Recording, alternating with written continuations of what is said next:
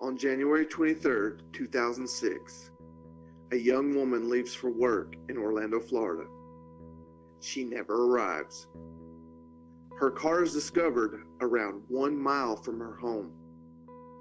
Security footage shows a man walking away, but by dumb, pure luck, he is never identified. You're listening to the Mysterious Brews podcast, and tonight we bring you the case of Jennifer Kesse.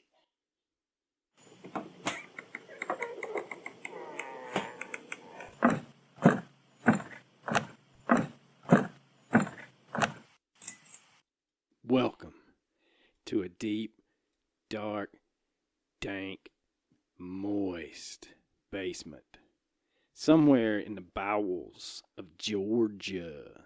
So, ladies and gentlemen, welcome back to the shit show that you know and love. Well, if you say to yourself, this was not the greatest episode they've ever done, even though we haven't done it yet, you have Arlo to thank because he doesn't know how to hit the save button. I wish it was that simple. So this is the second time we're recording this episode. The first one was probably the best episode we've ever done in the history of the world.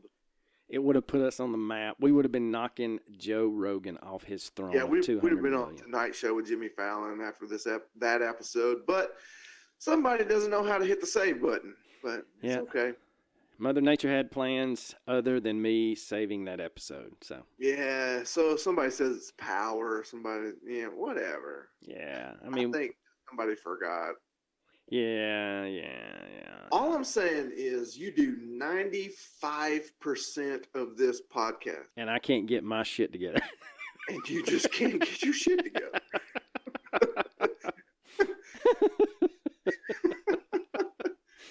All right, ladies and gentlemen, we have a new patron, Miss Renata Faria. I do apologize. All right, ladies and gentlemen, that's enough of the BS. So let's get into it. We are talking about Jennifer. How did we decide to say this? Kesse or Kesse? I think it's Kesse, but I said it wrong in the intro. Okay, so we'll go with Kesse. All right. But I'm not going to go back and do it again. No. So Jennifer Kesse was described as a very energetic and sharp young lady. She had everything going in the right direction in January of 2006. She was 24 years old, living on her own, and was a finance project manager for Central Florida Investments timeshare company in Ocoee, Florida. That's pretty good for her age. Yeah, I mean, that's a huge accomplishment at the ripe old age of 24. She was... At 24, I was still in college. I'm pretty sure at 24, I had been working as a teacher for a year. And I suffered through it. But Jennifer, however, was always happy. There was an article that I read that said that they could not find a picture of her that she was not grinning ear to ear from. So she was had a bubbly personality, and from all accounts, she was a great daughter, and her parents doted on her, as well as their two other children, which were her brothers. Jennifer was in love with her new boyfriend, Rob Allen. Her new boyfriend. In love with her new boyfriend. Yes. Okay. Yes. And the two had made a long-distance relationship work, even though he lived in Fort Lauderdale and she was living in Orlando. They would see each other every weekend and were very much infatuated with each other. Of course. Yeah, it's young love, baby. Young love. That's what I'm talking about. All right, I remember young love. That shit's gone. Yeah. Ain't nothing young about me no more, girls. On January 23rd, 2006, Jennifer and Rob had just returned from a weekend getaway in St. Croix. It was a Monday morning when she was returning to work. She was calling her mom as she's headed into the office. Later that day, she calls her dad as well as both of her brothers. According to her boyfriend Rob, that evening on the 23rd, around 10 p.m., The two spoke on the phone, and they had a disagreement about something going on in the long-distance relationship. But nothing seemed out of the ordinary. It was common for Jennifer to call or text Rob as she was leaving for work, but on the morning of January 24th, he didn't receive any messages or phone calls. That seems ominous. Yeah. Do you think something happened to her? I think something is going awry. Oh, okay.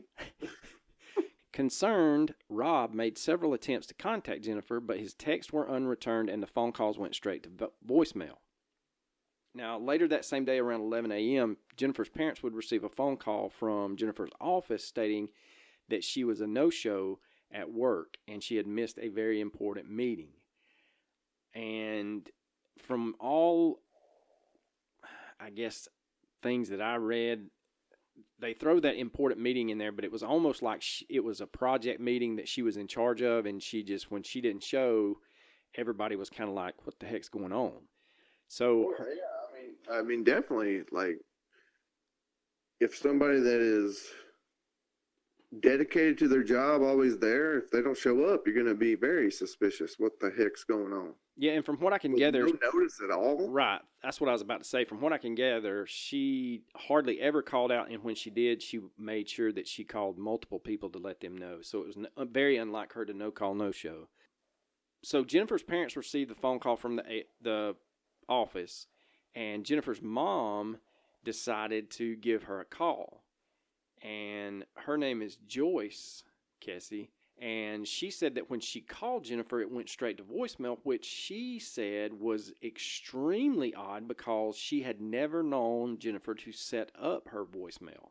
Jennifer would always answer the phone or call back very quickly if she never answered at all. Now, in an interview with a local CBS News station, Joyce and her husband, Jennifer's father, Drew, said that their daughter was incredibly safe. Not only did she carry a pepper spray or mace on her at all times, but she always used the, quote, safe phone calls when she was out to make sure people knew where she was.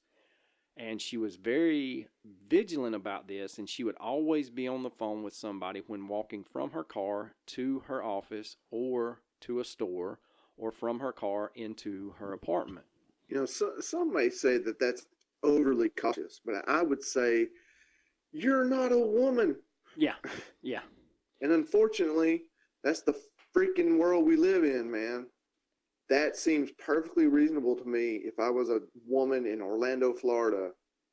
Especially a young career woman, you know, trying to establish and make sure that she's doing what she's supposed to. And she's a very attractive young lady, too. She was definitely attractive. We can agree to that. Yes. So as soon as Jennifer's parents realized that something's going on, Jennifer's dad, Drew, and her brother decided to head to Jennifer's apartment from Tampa, where they lived. And once they arrived, they saw nothing that should raise suspicion or cause alarm. It appeared as if she had gotten ready for work and just headed to the office like any other workday. They would describe her apartment as her makeup was open on her table, her pajamas were on the floor where she normally placed them after she woke up in the morning, and the shower had been used and there was still water in the shower. Not standing water, but you could basically be like, hey, you know, somebody just took a shower in here less than an hour ago. Yeah, it's like wet. Yeah. It's wet. It's wet, like water. Like water. Yeah, water's typically what makes things wet. Usually. Now, they further would describe that they did not see anything out of place or any indications of a struggle inside her apartment. Now, her mother noted in the podcast Unconcluded that a particular pair of pumps that Jennifer was excited about was missing from her closet that morning. And all evidence seemed to indicate that she had gotten dressed for work as usual and left her apartment. Now, there was no evidence of a break-in at her apartment/condo, but one little sliver of information did come to the forefront couple of months later was that the Orlando Police Department never processed her condo as a crime scene. We're just going to let that sit there for a second. You got an attractive 20-something-year-old blonde-headed woman that just vanishes, and we don't process the condo. Okay. Seems like some top-notch stuff's going on right there. But, hey, I may just be a podcast host. I may not know what I'm talking about. Would you call yourself a host? I would say that, I'm the host. Well, that's true. I'm just I'm the straight guy. You're you're the witty banner. I'm the guy. I'm the face that sells the place. That's right, baby. Say. They all come. The reason they tune in. They all come to see the coach. Yep. And they listen for 20 minutes of your information, and they wait for me to go, oh, wow. And it's a shame we're not live on any of our social media right now because Coach is rocking some strange makeup according to the little kids that he substitute teaches. Listen, I fell, okay? I have a black eye. It happens. It looks like I'm wearing mascara. It looks like I'm Tim Curry from the Rocky Horror Picture Show at this point. Mr. Coach, why you got on mascara? Mr. Coach, why are you wearing makeup? I'm not wearing makeup. Shut up, kid. It's not a tumor. It's not a tumor. I swear. If we had a soundboard, that would have been played over and over. But anyway. No doubt. No doubt. It's not a tumor. It's not a tumor. So after the news reaches her extended family and friends, they decide to gather around her apartment at the corner of the street and holding signs depicting Jennifer's name, her picture, and that she was missing. So within hours, the Orlando Police Department declared Jennifer a missing person, and just 2 days after she is reported missing, they receive a phone call from someone who had seen a photo of Jennifer's car on the news and thought that it looked a lot like the one parked outside their apartment complex. And come to find out, it was Jennifer's black 2004 Chevy Malibu.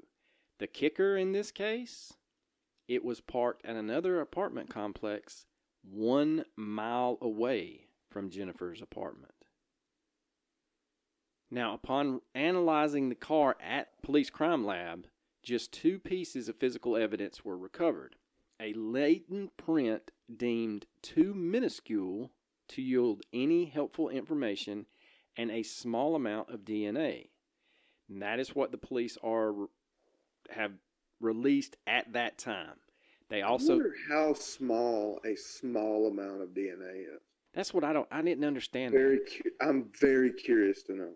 Well, I mean, now, I know not in 2006, but now, they're running touch DNA and they can get a whole profile off of just touch DNA. So in 2006, does that mean like a minuscule little pin prick of blood, or is that like some discarded chewing gum? You know what I'm saying? Yeah, absolutely. So yeah, I'm like you. What constitutes a small amount? I know a large amount would be like the shipping container from Dexter, but I've never seen Dexter, but the first season's worth watching. Nah. A DVD player of hers remained in the backseat of the car, and because Jennifer's personal effects, like her cell phone, her purse, and her briefcase, have never been located, it was surmised by the police that the motive was not robbery. But could they? I mean, all that stuff's missing. Could they really surmise that it was not robbery? It's kind of hard. If everything's missing, it's kind of hard. I wouldn't be able to say it's not robbery. Why else would all that shit be missing? All that should be missing. Yeah, I mean, honestly. It's crazy. It's crazy how they throw these words around and they just don't know what they're talking about. It's like, no, Her everything of value in her car is missing, but nah, it wasn't robbery. So with the lack of physical evidence from the car, police became extremely frustrated. But they do catch a break, and where the car was located was a CCTV video camera. So yeah, the car's going to be located less than a mile from her apartment, which is very strange, and we'll get into that later. But yeah, there's CCTV footage, and just dumb fucking luck from this guy. You cannot tell me that anyone alive that has committed a crime has gotten luckier than this dude. No, this guy needed to buy a lottery ticket the day that this video was released. So no doubt. Tell him why, brother. All right, I'm into it, man. I'm getting it right now. So detectives get the CCTV footage, and they realize that a person of interest dropped the car off at noon on the day that Jennifer was reported missing. But any physical description of the suspect is almost entirely obscured by the apartment's gate.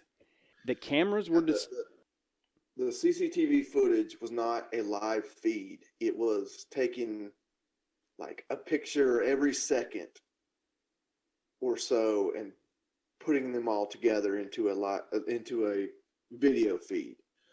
And every step this dude took, he happened to be obscured by the gate. Every step, his face, basically, if you think, and y'all can look up the footage, they have it out on YouTube videos and things like that. It's everywhere. Yeah. You can see it everywhere. Every step he takes, his head is right behind a post. You can't see anything. Nothing. Now, the Orlando Police Department did do their due diligence, and they went as far as to contact NASA to see if they could enhance the video footage of the person, but they were unable to determine whether the person was any ethnic background, any distinguishing features, basically.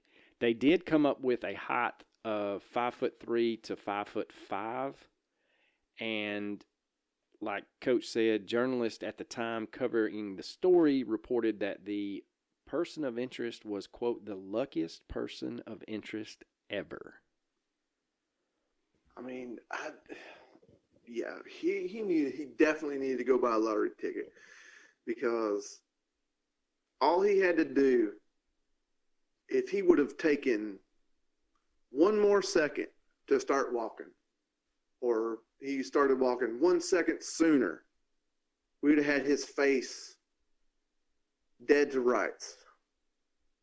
But no, every step he took was obscured by a gate. It's insane to think about that. I don't even think you could purposely time that. If you were trying to, like Mythbusters wise, it would be almost impossible to get that timing down. I agree. I mean, it's just dumb fucking luck, Yep. man. You're right, man. Now, Jennifer's parents decided to move into Jennifer's apartment to be closer to the investigation. And soon after moving in, Drew, her father, and Joyce, her mother, learned that there were some construction workers in the building who used to irritate Jennifer, and she was uncomfortable about the whole situation. Now, that's not really true about them just learning about it, because we will get into it a little bit later. They kind of knew what was going on, and from all accounts, her complex was switching over from apartments to condominiums. And so I don't know if they were taking and combining like an upstairs and a downstairs into one unit, but basically there was construction going on all the time, and estimates were as high as 200 construction workers on site each day. So there's a lot going on. But 6 months rock on, and there's no leads in the case, and Detective Joel Wright becomes the new lead investigator. And so he starts doing the old gumshoe work, and he starts interviewing just about anybody he can get his hands on. And his preliminary hypothesis was that Jennifer had gotten ready for work in her apartment, left in her vehicle, and somewhere between her apartment and her office, she was kidnapped. Now, again, that was his preliminary theory. Now, 3 years would rock on with no good leads or anything. And Detective Wright finally gets to interview a maid at the apartment complex. And so he shows her some stills from the CCTV footage, and she states that the man in the footage looks very similar to someone referred to as Chino. Now, according to her, he was named Chino because of how he dressed, his haircut, and how he walked. And that's about all I could find on that. There's not really anything. How do you walk and have your hair cut like a chino? That's what I don't know, man. That's what I was about to say. I don't know what that looks like. It doesn't make sense at all. I could see a Chico, but I don't know a Chino. Don't be racist. No, there was no racism there. You could take the O off and, he could look like just a walking chin. I mean, I could see that. Now, Chino was interviewed by Detective Wright, and he said to him that Jennifer had actually invited him into her apartment, and he left, and she went to work. Chino took a polygraph and passed. Wait. So she invited him in, and then she left while he was still in there? No. He leaves, she leaves for work. What? Oh, okay. I was going to say, hey, man, come on in. We'll have some eggs. And then I'm all right. I'm going to work. Peace out. Like, what? I don't think so. Now, Detective Wright did find that Chino had a rap sheet, and on said rap sheet was a prison stint for statutory rape. Oh, fun. Yeah, so he was looking pretty good until they decide to give him a polygraph test, and he passes it with flying colors. Well, you know what we think about polygraphs. Yeah, around this house. The only good thing that can come out of it is what Chino got. Bro, I would never sign up for a fucking polygraph test. Nope, ain't happening. It's not happening. I'm on way too many prescription drugs for that to go. I don't give a damn how innocent. I don't care if they accuse me of a crime in Utah. I ain't taking a polygraph. Yeah, like, no. Ain't happening. I don't care how innocent I am or how guilty I am. Second of all. Yeah. If you're guilty, you really don't need to take one. But if I'm guilty, I'm definitely not taking the polygraph. But if you're innocent, you really don't need to take one. So all I'm saying, bottom line, I'm not taking a polygraph test. No, I agree. 100% agree. Bottom line, never in my life will I be hooked up to a polygraph test. Ever. Y'all heard it here first. So within the next couple of weeks, he's going to be like, man, I got to take a polygraph for my new job. Nope. It's not happening. I don't care if it's for a job. I don't care if it's for a crime. I'm not doing it. Not gonna do it. Not gonna do it. Without much evidence to go on, both circumstantial and physical, the investigation turned to those in the inner circle of Jennifer's life. One of the early suspects in her disappearance was her ex-boyfriend, Matt. And it just so happens that on the night of the 23rd, he was drinking at the Blue Martini bar. And I'll give you one good guess where that bar's located. Orlando? Even closer. I'm not sure what's close to Orlando. No. It is in Orlando, genius, because the story takes place in Orlando. Is it in Kissimmee? No. Walt Disney World? A little north.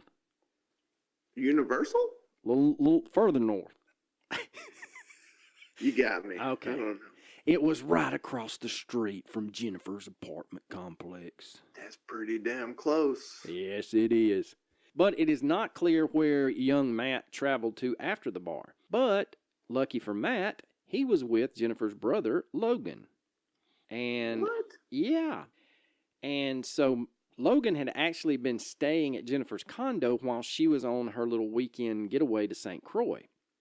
Now, Logan would tell authorities that Matt was basically nursing a broken heart and that he didn't do anything to hurt his sister.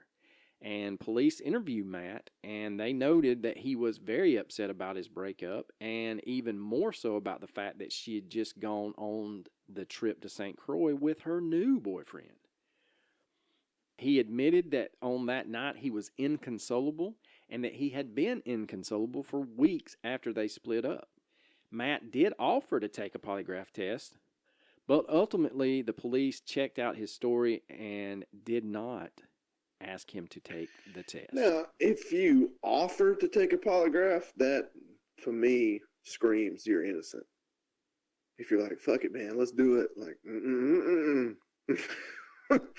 Yeah, not me. That's not me, but anybody else that volunteers. Hey, buddy, you do you. It's like, it does seem to me that would indicate innocence, but again, I don't give a damn how innocent I am. I ain't doing it. Not gonna do it. I can't help myself, As man. Dana Carvey would say, impersonating George Bush, not gonna do it. So after Matt and Logan are interviewed, Logan would tell the press that their entire friend group was put through the ringer by authorities. Matt would tell Fox News in Orlando that he was interviewed by the police days after the disappearance and even again a few years later in a follow-up interview. Now, getting back to our first recording, you mentioned that they were put through the ringer, but in this recording you failed to mention that they did not process her apartment. No, I did. You were just not paying attention. I said it at the beginning. Well, the reason why I don't listen to you is because when I listen back, when we release these episodes, it's like a whole new I got you, man. podcast to me. It's like you're discovering it.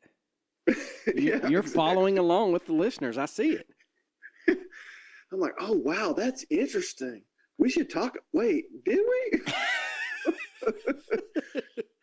Okay, that's my bad. No, that's okay, because this is a good place to start with this. I mean, to like bring it up again. Yes, the police did not process her apartment. Now, depending on what you read, the police state they didn't do it because when they showed up, there was like 13 or 14 people inside the apartment. Her parents state that is not true, that they were there. When police arrived, it was her dad, Drew, and it was either I think it was her older brother, and I don't have his name, that had traveled from Tampa to see if she was like sick in the bed, and they were the only two in the apartment. Either way, they could have just basically cordoned off that whole thing and then processed individuals coming out of that apartment and then processed the apartment. Whether it was 2 or 14 or how many ever people were in there, I feel like that's a huge snafu on the Orlando Police Department. Now, one suspect who drew a lot of attention from the authorities was a man named Johnny Campos, and he was a co-worker of Jennifer's. She had complained to her father that Campos, on more than one occasion, was giving her the creeps. Apparently, he had made multiple passes at her and got upset when she would turn him down. Now, according to another co-worker, Campos was upset that she was in a relationship and was even more annoyed to hear that she had gone to St. Croix with her new boyfriend. Now, the suspicion is even ratcheted up a notch because on the day of Jennifer's disappearance, Campos shows up late for work and blames his lateness on an unverified traffic ticket. Now, here's the thing. How can a traffic ticket be unverified if you are the authorities and you are looking into a person as a suspect? I just don't, I do not understand that. It's either he got one and that's why he was late, or he's lying. And if he's lying, you need to bring him in, question him some more. The fact that it is a unverified traffic ticket set off alarm bells for the web sleuths and the police. But again, how does it... I don't understand, like, the unverified part. Like, how can it be unverified? I don't know, man. That's what I'm saying. You are the police. You're supposed to find this shit out, man. Well, you would think if you are the authorities, you could be like, hey, he said he got a speeding ticket or a parking ticket or whatever the hell ticket he got, and we can punch it in and see and contact. Where'd you get it at, buddy? What time was it? You know? And if it's unverified, he's lying. I don't. That just confuses me. It confuses the hell out of me. The unverified part. Yes, I agree. But anyway, let's move on. Yes. But according to authorities, they check out Campos, and other than that little goofy, what we don't understand, traffic ticket situation, he is cleared as a suspect. Now, there was some news that came out later in the investigation, and it was concerning a team of bloodhounds that the police used right after they located the car, and the bloodhounds hit on a scent and tracked said scent back to the, I guess, the grounds of Jennifer's apartment complex. The way it's written in the article was that the dogs made it back to some bushes just outside her building.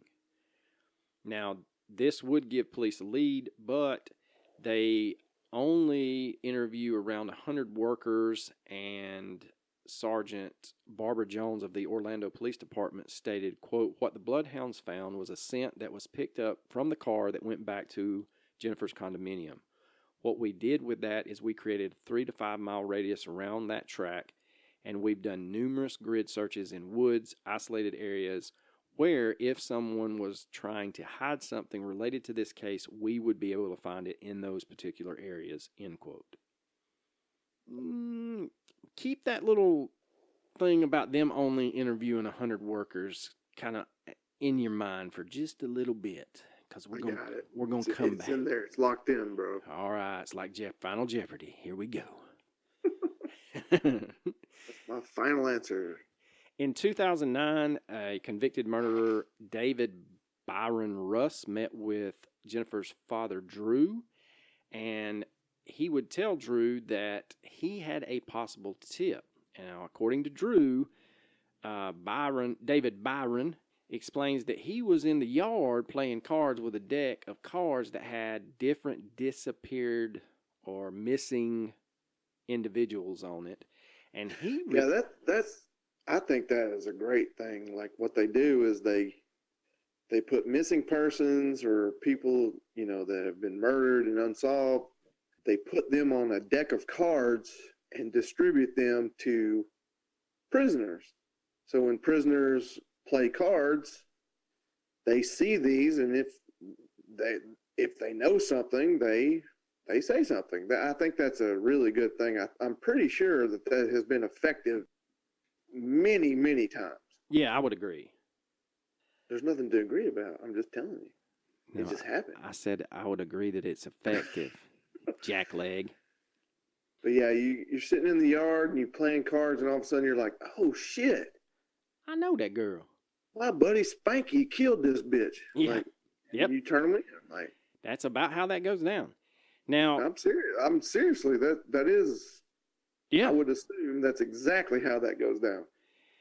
Now, according to Drew, and Drew's never released what the information was, and the police are not going to release any information on an active case, but according to Drew, the information he felt like was credible and relevant to Jennifer's case. He provides that information to the authorities in Orlando, and at the time, the police said they had zero plans to meet with David Byron Russ because the information that he provided, they already knew. So basically, he was not telling them anything that was not in the public at that time.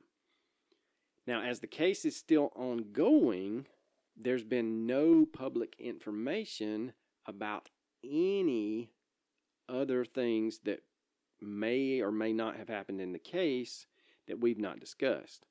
One thing that to point out is Jennifer's credit cards were unused after her disappearance, and her cell phone had been turned off. And you may be asking yourself, how do they know it's been turned off? Well, according to them, these are the investigators, attempted to ping her phone to find her location, but there was no response from the ping. And the only way that happens is if you take the battery out of the cell phone. Correct. So there are no clues. There are no, I don't know what I'm trying to say. I guess I'll just stick with clues. No one knows what you're trying to say. Yeah, nobody. There's nothing, there's no information. You know, that big word information kind of escaped me. There's no clues, there's no information for the Kesse family to move forward in the case. Authorities can't move forward, so it becomes a cold case. Now, in December of 2018, the Kesse family filed a lawsuit against the Orlando Police Department to get a hold of the unredacted police files. The family claims that in the decade plus since the investigation began, no real leads have come from the Orlando Police Department. In March of 2019, the family and the police reached an agreement for the Kesses to receive all the records from the case, including any audio recordings and or video recordings. Now, Drew would go on record saying that they just felt like they needed to, quote, do something a little different, and that the family is very happy with the outcome of the agreement. In 2018, the family started a GoFundMe to get financial help to conduct their own investigation, and upon reading the files, they learned that the apartment next door to Jennifer's was found unlocked the day she disappeared, and it is believed that someone had stolen the apartment complex's master key. Now, this would lead you to think that someone was spying on Jennifer, or at the very minimum, basically squatting in the apartment next door. But if you are someone that would like to do harm to an individual, that would be a perfect way for you to observe a routine, watch the comings and goings of your prey, including, obviously, what time Jennifer usually leaves for work and what time she usually gets home from work. In November of 2019, Drew said the family received a break in the case when a woman came forward about something weird she witnessed 13 years ago by Lake Fisher, about 1.3 miles away from where Jennifer was last seen. Now, I have a problem with this because, and I'll tell you why I have a problem after I tell you what the quote is from the woman. Quote, the woman said she saw a truck pull up and a person took out an 8-foot-long carpet and dumped it in the lake and hurried up and left, end quote. This case was all over the news. I think Nancy Grace spent weeks on this case. And for this lady to come forward 13 years later seems a little fishy. Now, the new investigative team that the Kesses have put together did go to Lake Fisher, and they had search dogs scour the shoreline and trying to find any traces of Jennifer. According to her father, Drew, the dogs did hit on multiple places. Reluctantly, Drew stated that he did reach out to the Orange County Sheriff's Office. Quote, they worked their teams, they had 4 dogs, and they didn't have any hits, end quote. He goes on and says there is a body in that lake, but the Orange County Police Department said there is nothing there. There is something very wrong here. Now, according to the Orange County Sheriff's Department, they stated that this was an ongoing search, and they actually dispatched divers who did a grid search of the entire lake and found no evidence pertaining to Jennifer's case or any other.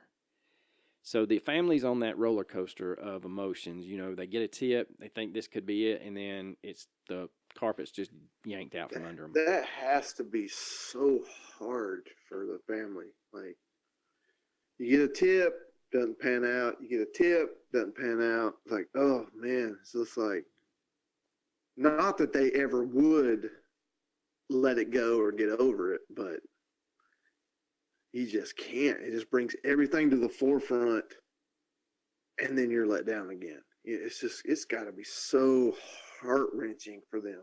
Yeah, and that's why I feel like they're emotionally, they go through these periods where they feel like that the world's against them, and then they get these little tips, and they're like just a sliver of hope, and then that hope's just yanked away from them.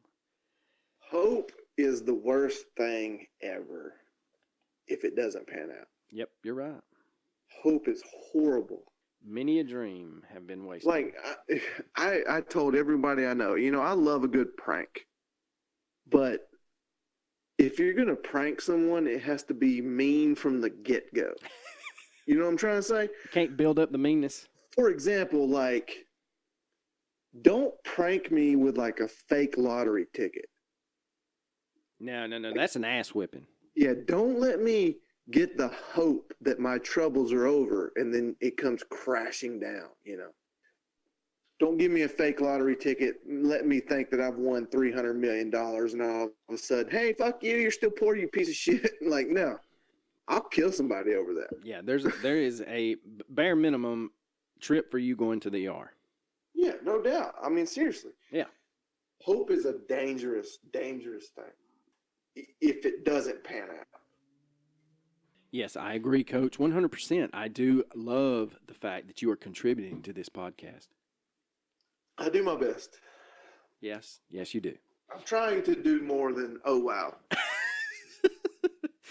So I'm giving it the old college try. That a boy. That's what I'm asking for. So we kind of touched on this a little bit earlier, and it's been stated in just about every article you read, every news program, TV program, YouTube video that you see about Jennifer's case. And that thing is that she was creeped out by the workers, or they gave her the creeps, or she was unhappy with the workers, and they made her feel uncomfortable. And her family didn't know it until she disappeared. And that's not true. A friend of hers would come forward in an interview and state that Jennifer didn't like them doing maintenance in her condo and preferred them to do it when she was gone. They would show up and basically make her very uncomfortable and come in when she was there and do according to Jennifer's friend, a half-assed job by just doing random paint touch-ups in one room, and then they would leave and they would come back and they would do paint touch-ups in another room instead of multiple workers in multiple rooms. Now, 2 weeks before Jennifer goes on vacation to St. Croix, the workers come in to do more touch-up work, and Jennifer, like we had stated, was very hyper-vigilant about being alone. So she's on the phone with her father, Drew, and so Drew tells her, hey, when they get finished, ask them to put some of the paint in an old can, or if you have a plastic dish or a piece of Tupperware, like a Tupperware bowl, ask them to put some paint in there, and then that way you can finish it up and they don't have to bother you again. So she did that, and the workers began to argue with her, saying that she could not do that because it would ruin the paint. Well, like I said before, when you couldn't hit save, I can agree with the workers on this, because what if she did a really shitty job? And what if they're getting paid for this. They're contracted to do it. She does it herself. She does a terrible job. She moves out. The next people move in, and they're like, this paint is fucking terrible. Like, that could cost that company work. I don't blame those workers for refusing to do that. I don't think that has anything pertaining to the case. I'm just saying, I don't blame them for saying, no. No, I understand that point of them, but the point I was trying to make was just that, everything you say, they just kind of gloss over the fact that these construction workers made her feel uncomfortable. Well, no, the reason they made her feel uncomfortable is because they kept coming back to her apartment when she was there, and she was trying to say, look, y'all go in when I'm at work, finish that shit up so I don't have to continuously, basically, she would call someone and stand in the doorway while they work just to make sure that nothing happened to her. No, I'm not saying that they didn't make her feel uncomfortable. I'm sure, we are two old piece of crap dudes. We can't empathize with an attractive young woman. I'm not saying that they didn't make her feel uncomfortable, but No. I totally see where you're coming from, because you're right. They're contracted, and they got to make sure that the work is done. At the same time, I don't blame her for either wanting. If I was her, I wouldn't want them in my house or apartment by themselves. They might be sniffing things. Yeah, exactly. But I still wouldn't want to be there alone with them. I wouldn't even be on the phone with someone. I would be like, hey, dad, hey, boyfriend, or whatever, please come over. Right. I would take every precaution because I know how dangerous it is for a young woman in this world. Are you changing your pronouns tonight? Is that what we're talking about? You know how dangerous? I identify as a 22-year-old woman now. Okay. So you're a a she, her? She, they. Oh, okay. A she, they. Man, you're really switching it up. Now, it did come to light, and I told y'all to hold on to that little sliver of information about how the Orlando Police Department interviewed around 100 construction workers. No, not me nor anyone listening held on to that information. Well, therefore, I brought it up again. Now, the reason they only interviewed 100 of the, I guess, estimated 200 construction workers was only 100 of them that they could find spoke English. They did not interview any construction worker that only spoke Spanish. And it's hard for me to believe that in the Orlando City Police Department, you do not have one person that can speak fluent Spanish. Yeah, that definitely seems kind of strange that they just, whatever. Just send the ones over that can speak English. We don't need to talk to everybody. Yeah, let's chalk that up to another what the heck moment for the Orlando Police Department. I like the fact that they did have bloodhounds track some scents from the car to the apartment complex, but we've kind of screwed the pooch a couple of times. So right now, you're in the negative 2-1. Keep score. It's a drinking game. Like anybody needs a drinking game listening to us.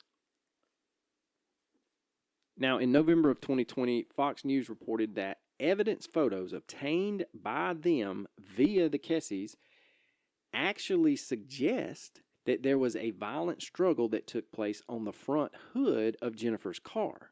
And this is a clue that the family and the local Orlando Fox News station hoped would yield more leads in the case. Quote, it looked like someone was thrown down on top of the hood, arms spread out, and then dragged back almost like off the hood to the point where you can almost see fingers scribbing down the hood, said Drew Kesse. The photos look suspicious and show what appears to be a hand mark going across the hood, added Mike Toretta. And Mike Toretta is a former federal agent and now a private investigator hired by the Kesse family. He goes on to state, quote, we hope that by showing the public these photos, someone will come forward with information they've been holding on to for years, end quote.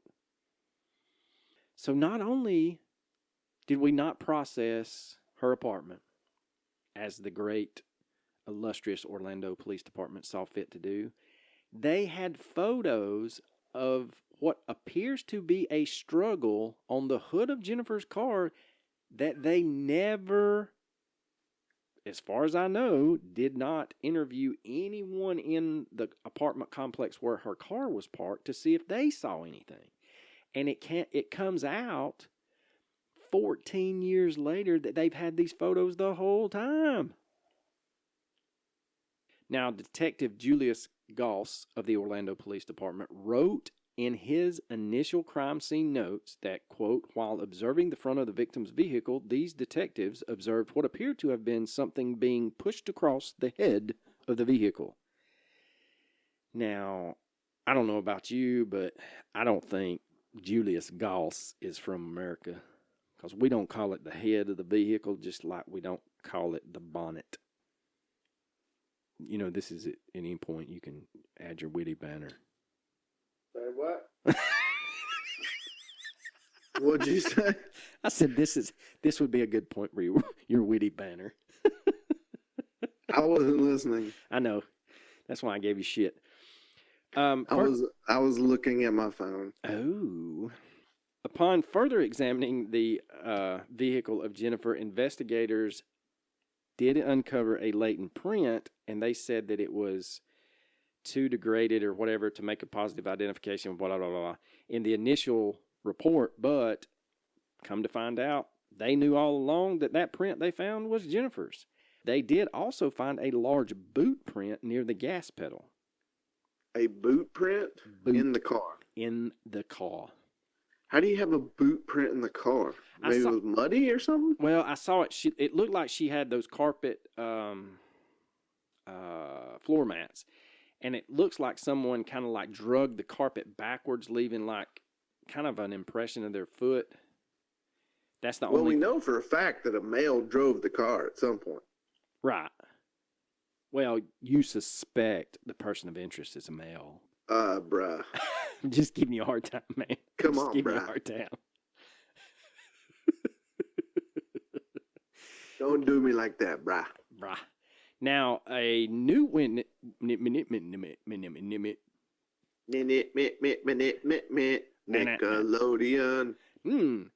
A new witness came forward speaking exclusively.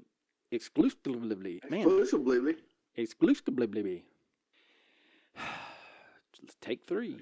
Check 2. A new witness came forward. 3, 2, 1, go. Speaking exclusively to Fox News of Orlando, claiming that she had seen Jennifer's black Chevy Malibu swerving near the exit to Mosaic at Millennia. And that is the name of her apartment complex. On the morning of January 24th, 2006, when Jennifer disappeared. Quote, the car was moving erratically, said the woman who spoke on condition of anonymity to protect her identity. It looked as though 2 people were fighting over the steering wheel, she added. Now, let's get into the old car, shall we? I feel like the car is like a red herring because it just doesn't make any sense. It does not fit with anything.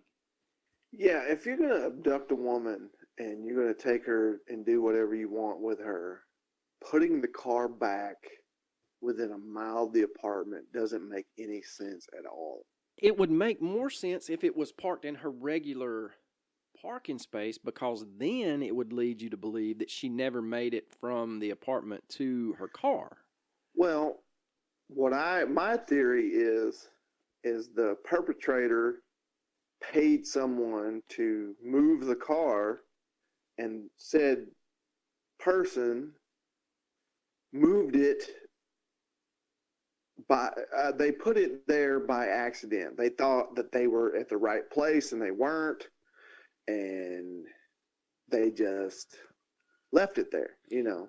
So are you saying like maybe someone under the influence of some illicit material? Yeah, I'm saying the perpetrator paid a crackhead. There we go. Hey, move this car. I'm just trying to put it back where it was supposed to be.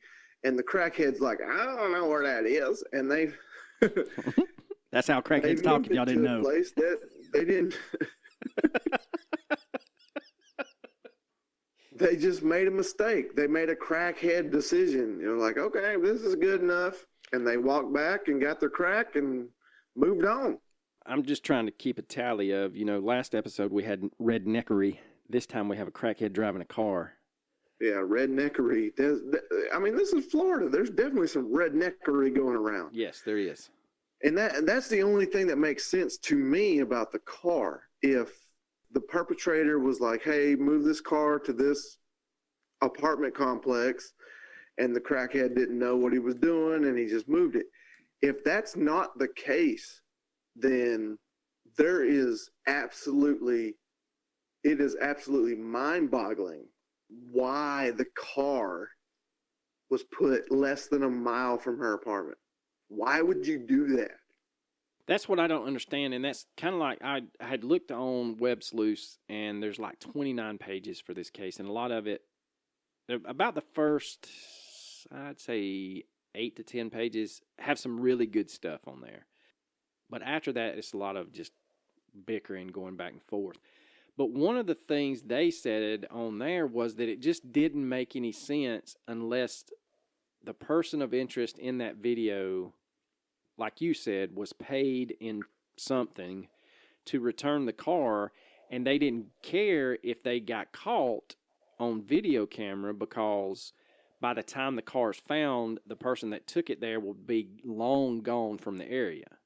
Yeah.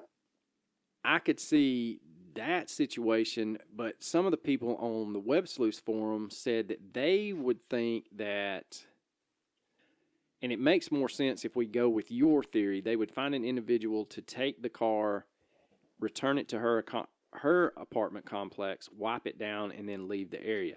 Now, when they first found the car, the prevalent theory was that someone had parked the car there and then rode a bicycle back to her apartment complex because everyone thought it might be one of the construction workers that was the perpetrator. But since we know about the search dog evidence, that you can throw that bicycle theory out the window.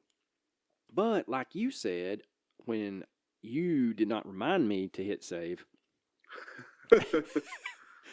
was that if you are the perpetrator, why in the hell did you not tell them to take it to the mall or 3 counties away, go park it at the beach or go park it at the airport? Or drive to fucking Oklahoma. Yeah. Take that son of a bitch and go. Or go park it on some random street in some neighborhood that is kind of downtrodden where it can sit there for 3 or 4 days. You definitely cannot convince me that whoever did this was behind the wheel when they parked that car. No. I totally agree with you.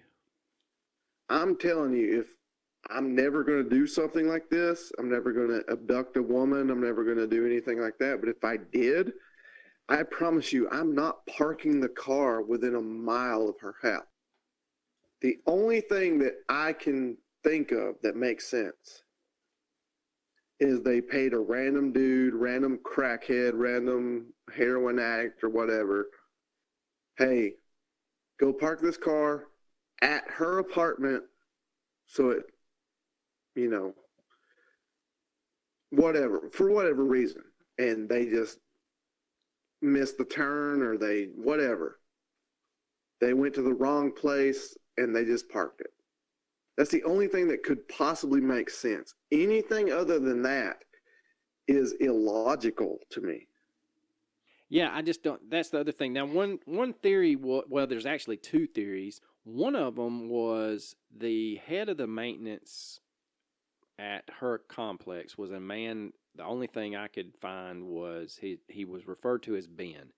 He was Chino's boss because it sounds like Chino was kind of in charge of getting some workers maybe on the books and off the books. Somebody on the on the forum stated that Ben could have gotten one of the off the books workers to move the car and wipe it down. And when he gets a phone call from management saying, hey, we got a missing tenant, he kind of like, oh shit moment, but knew, hey, that car's nowhere around. I told Dingaling to take it so-and-so where, or, let's just say Ben asked him to take it across town. Yeah.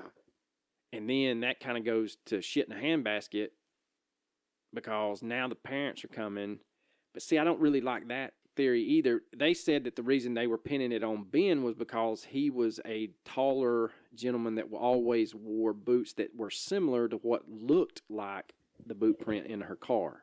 Yeah, but you cannot possibly convict somebody on similar boots. No. I totally agree. That's why I said this theory didn't hold a lot of water. But the other theory was that whoever did it, and I'm not saying Ben did it, but whoever did the crime went back to her apartment complex and got one of the off-the-books construction workers to move the car and knew that the off-the-books worker was going to be leaving Orlando area so that they would never be found.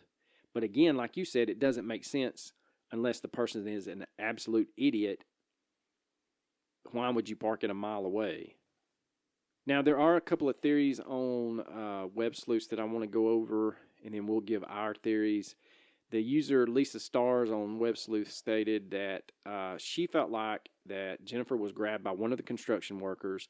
There wasn't much of a struggle from what she could read, so it wouldn't surprise her if the perpetrator walked up behind Jennifer and walked her to her car while holding something against her, i.e. a knife or a gun.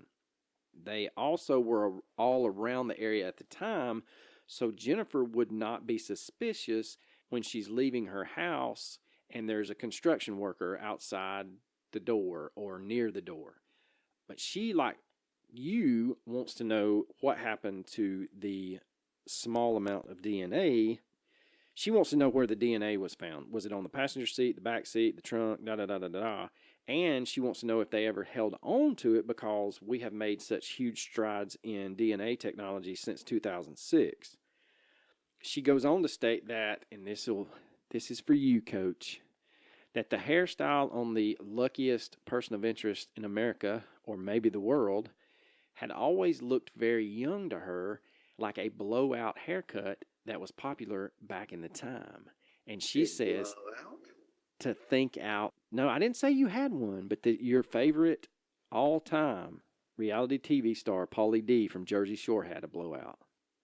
Yeah, it was definitely. I mean, let's close the case. It was Pauly D, man. Him and Snooki drove down to Orlando. Yeah, Pauly D was in Orlando. He was at the laundromat and just said, "Fuck it, let's do this."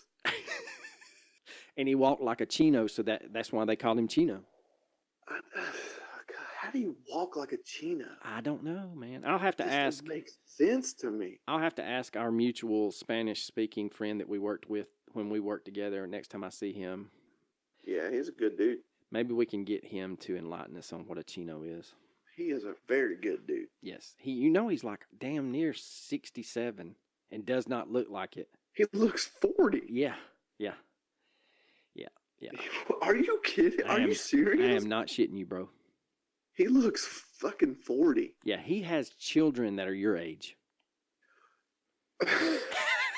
I don't believe that shit. I swear, man. That motherfucker is like 42 at the most. No, he says that he attributes his youthful looks to all the tequila and hot items that he eats. Well, I eat hot items, but I don't drink tequila, so. That might be why you fell into I drink bourbon. Yeah.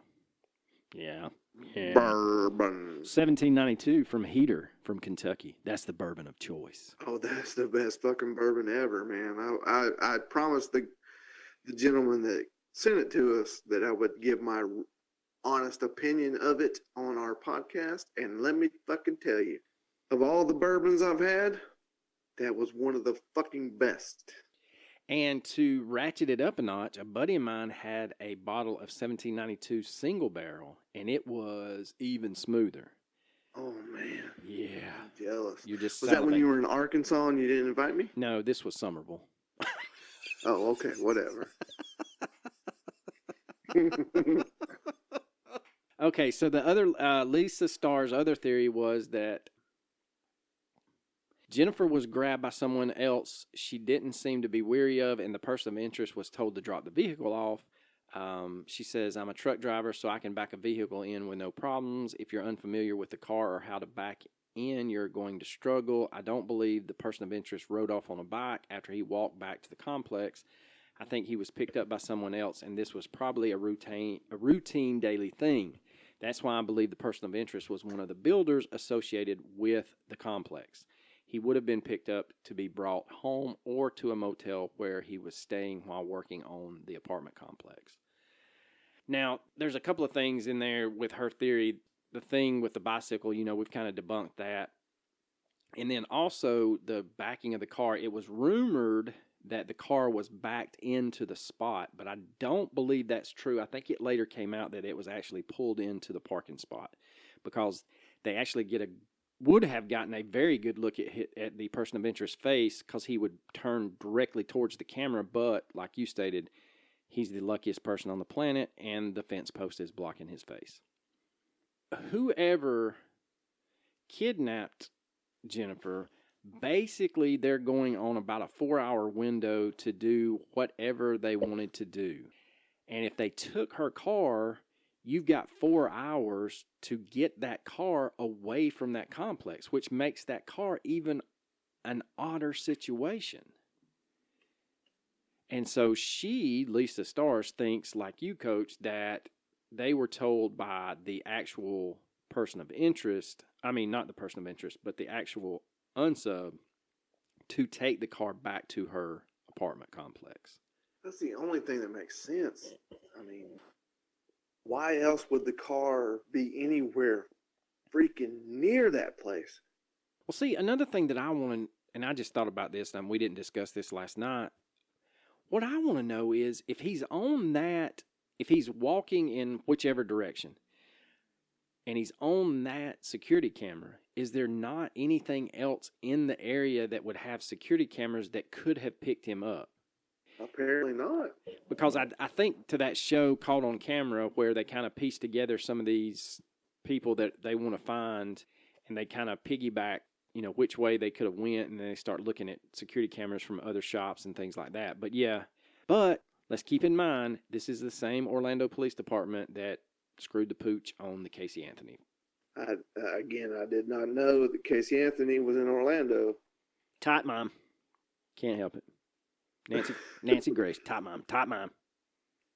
But anyway, all right, so let's get into our theories. I mean, seriously, though, like, how just dumb luck did that guy, whomever it was, whether it was the perpetrator, whether it was somebody that was paid to do it, whether it was anyone, how just dumb luck is it that every time that camera took a picture, his face was obstructed? It reminds me of like a slapstick comedy movie or like a Monty Python movie where you're trying to see something, and every time you look, their face is obstructed. That's how just crazy that scenario is. It just doesn't seem rational. No, it doesn't. It's just crazy. Because, I mean, honestly, if he would have taken 1 second sooner or 1 second later, or even a half a second, would have been seen by millions. Yeah. Now, there was, before we get into ours, there was a user on WebSleuth named Georgia 8, and they stated that since the perpetrator was of smaller stature, they felt like that could be a late teenager that was told to take it that way, and that would give them that odd walk.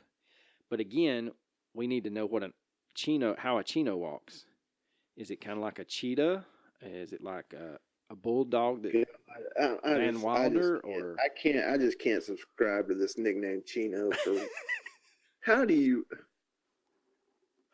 walk like a chino? That just doesn't make sense to me. Oh, I agree with you. I don't know, but we're going to find out. We're on the case. All right. Well, we're going to figure it out. Yes. We will be back with you to tell you what a chino is, hopefully. Next week, we will be on the case of Chino. We are going to determine what a chino is. Are they a subspecies of the fuckboy? That's what we've got to find out. All right, so getting back to the thing with Georgia 8, she did say that along with the younger, smaller person of interest that you can't tell anything about, was that she felt like that it was not a construction worker that took Jennifer, because if you think about all of the evidence, there are many empty units, and someone had stolen the master key to get into any unit. So if they were a construction worker, they could have done whatever they wanted to do to Jennifer, and then they could have disposed of her.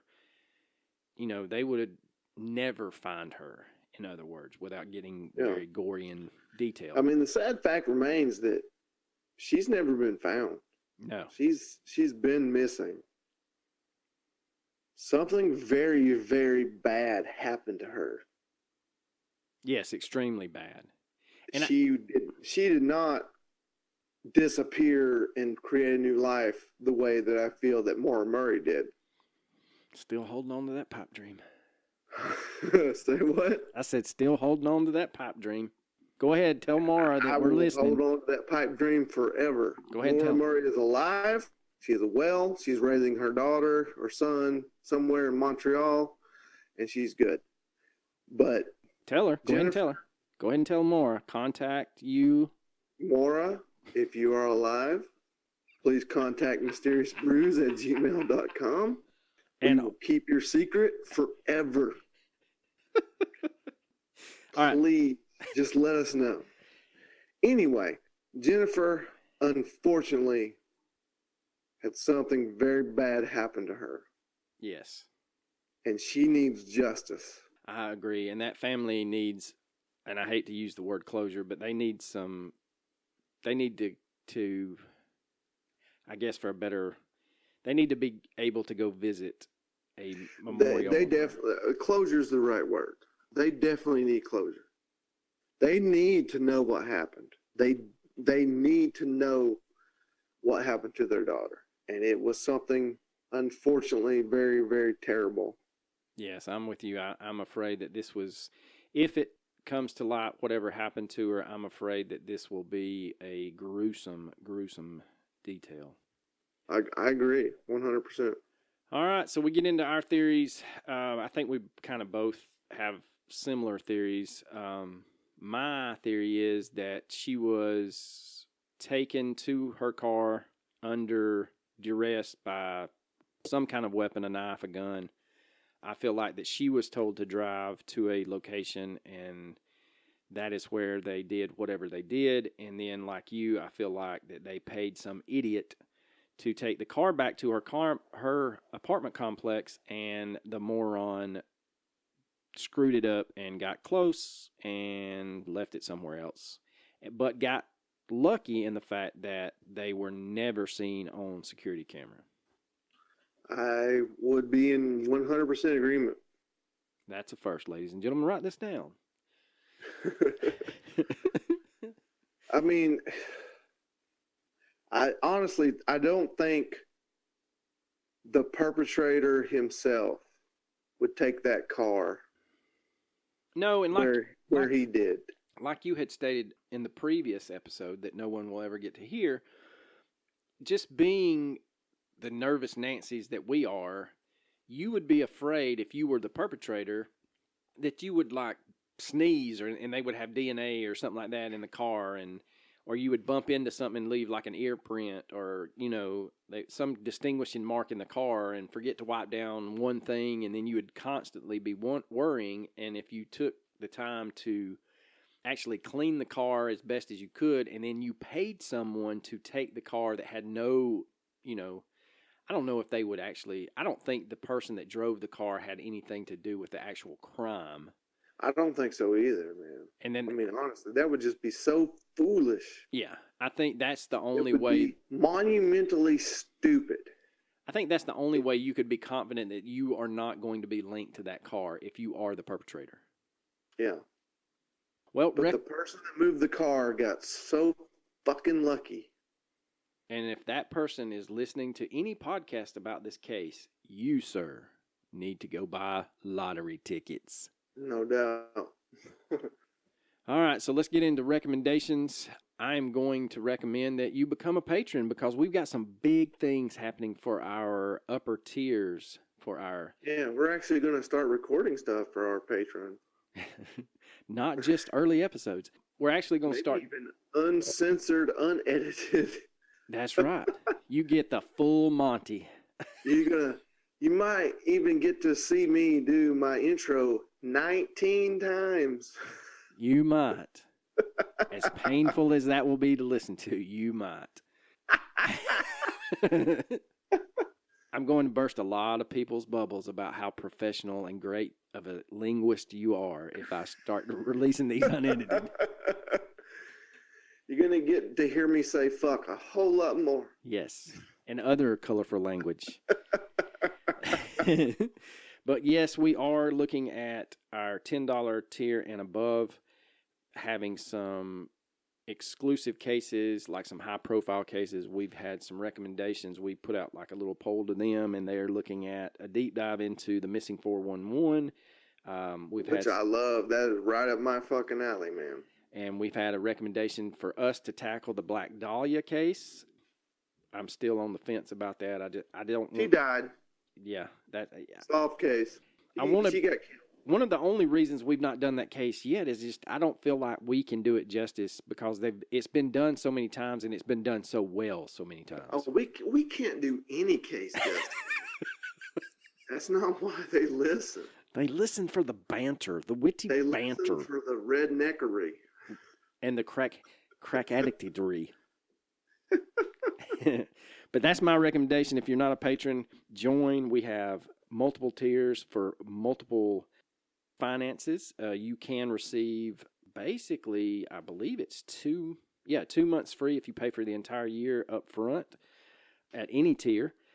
So yeah, if you're not a patron, become a patron.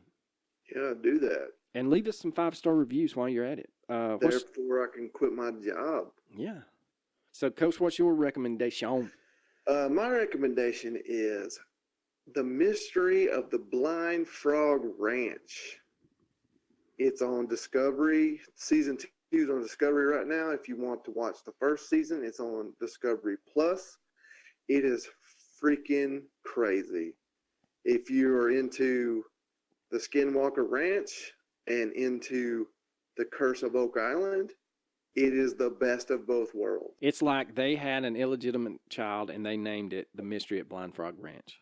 I am obsessed with this show right now. Well, there's some good characters that, the old guy that's financing everything, he's a great guy. And then the head of security has the most phenomenal hair outside of Sam Elliott in Roadhouse. Absolutely. It is. I mean, I could not recommend the show more. It is amazing.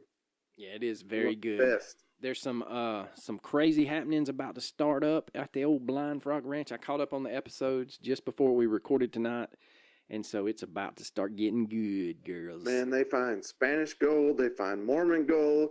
They find a box that's tied up in the middle of an underwater cave. It's insane. It's a good show, man. Watch it.